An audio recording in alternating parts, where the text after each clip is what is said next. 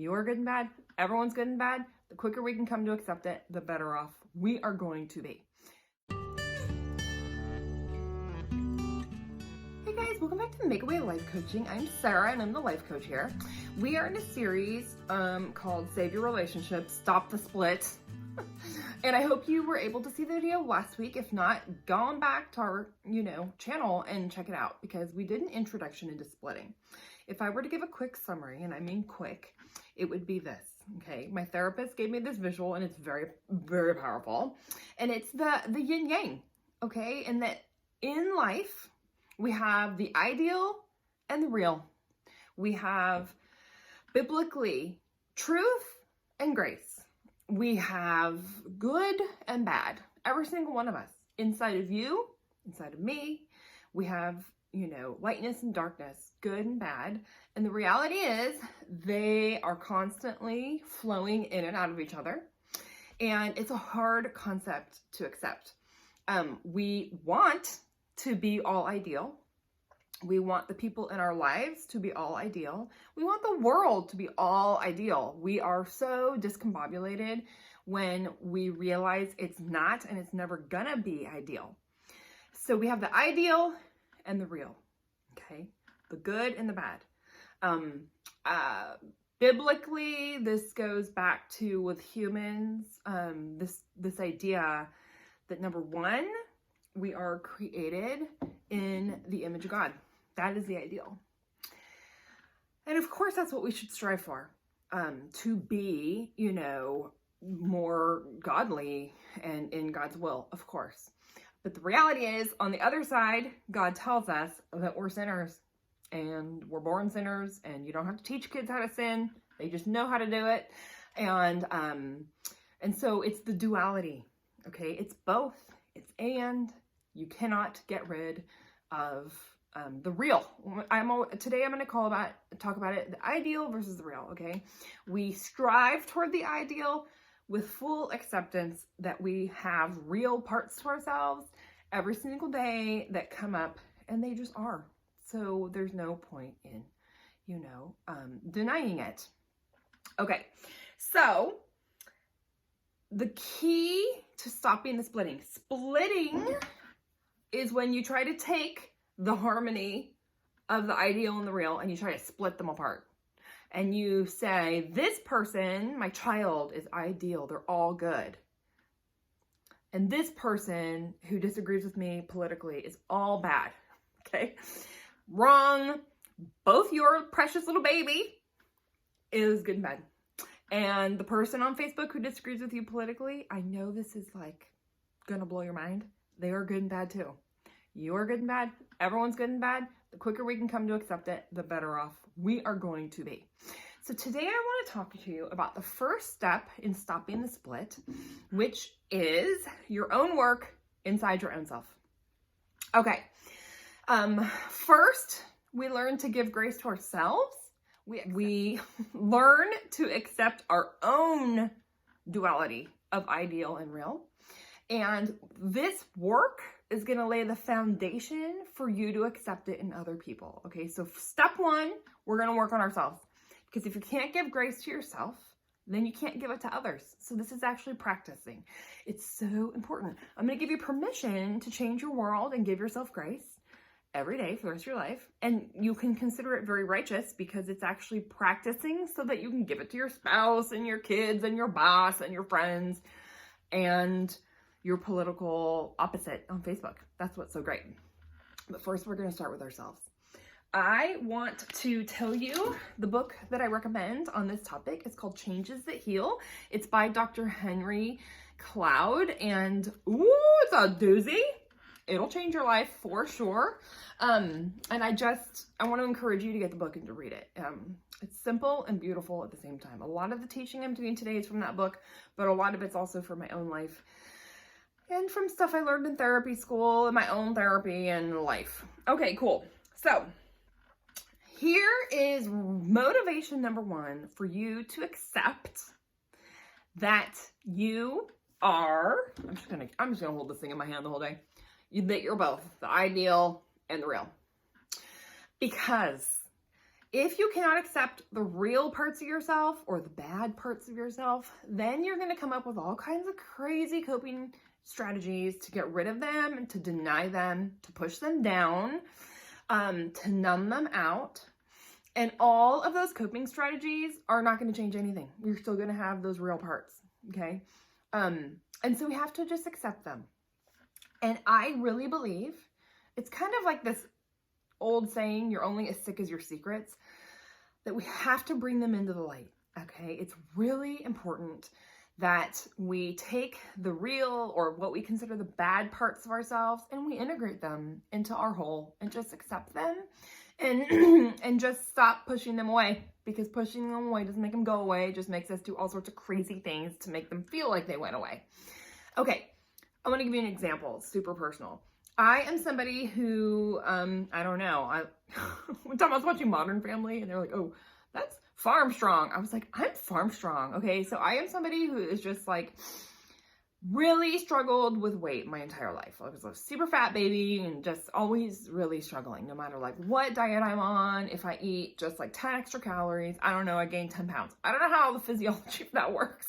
Someday I'm gonna have a talk with God about that, because it doesn't seem fair to me. But on this like journey of my life, I finally got to the point where the Holy Spirit was really speaking to me about I needed to accept that it's really hard for me to lose weight, and it's going to be this really long journey, that there's no quick fix. And then also it's going to be like, you know, there's going to be ups and downs. I just needed to accept it. And then I needed to love myself anyway. So it's easy for those of you who've struggled with weight, and I think most of us have, although there's different degrees. It's easy to look at pictures of like fat pictures of yourself and feel loathing for that person. I've been there. But thank God the Holy Spirit started working in my life and really convicting me that like the way to healing was not loathing, it was acceptance. And just grace to know that I don't know why it's hard for me, but it is hard for me. And that's just, you know, one of the things that's hard for me. There's a lot of others. I literally was like, which example should I choose for this life coaching video? There's so many to choose from. But it wasn't until I came to a place of just acceptance that like, this is the non-ideal. The real part of me struggles with my weight, and I had gotten really overweight.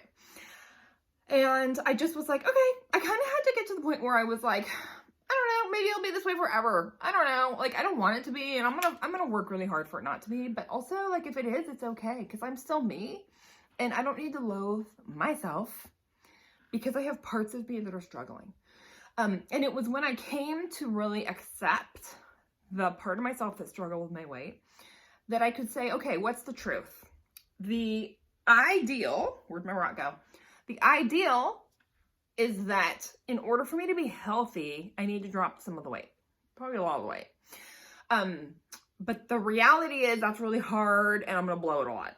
Okay, so I don't know. It was that place of just radical acceptance and giving myself grace that I really did move into healing. And so then my weight loss journey, which I'm now the most recent one, I'm like a year and a half into actually. It became more about just like health, because I didn't want to do it because I hated myself. I wanted to do it because I love myself. And that's a big shift. I want you to think about that one. With whatever you're struggling with, can you do it because you accept and love yourself? Or is it always going to be like, I hate this body, I hate this feeling, I hate this part of me that keeps rearing its ugly head, okay? So, even now, a year and a half later, I've lost half of the weight that I want to lose, and it feels great. Like, I feel relieved, but I don't feel better about myself, because I got to the point before where I was going to be, like, good with myself and accept myself no matter what my body looked like. I will say I'm relieved health-wise, and I am enjoying dressing myself more, because it's just more fun for me to be able to choose from, you know, more clothes that look nice and stuff like that. But now that I'm plateaued, I find myself having to do the work again. I'm like so frustrated. Like, how can this scale not be moving? Okay.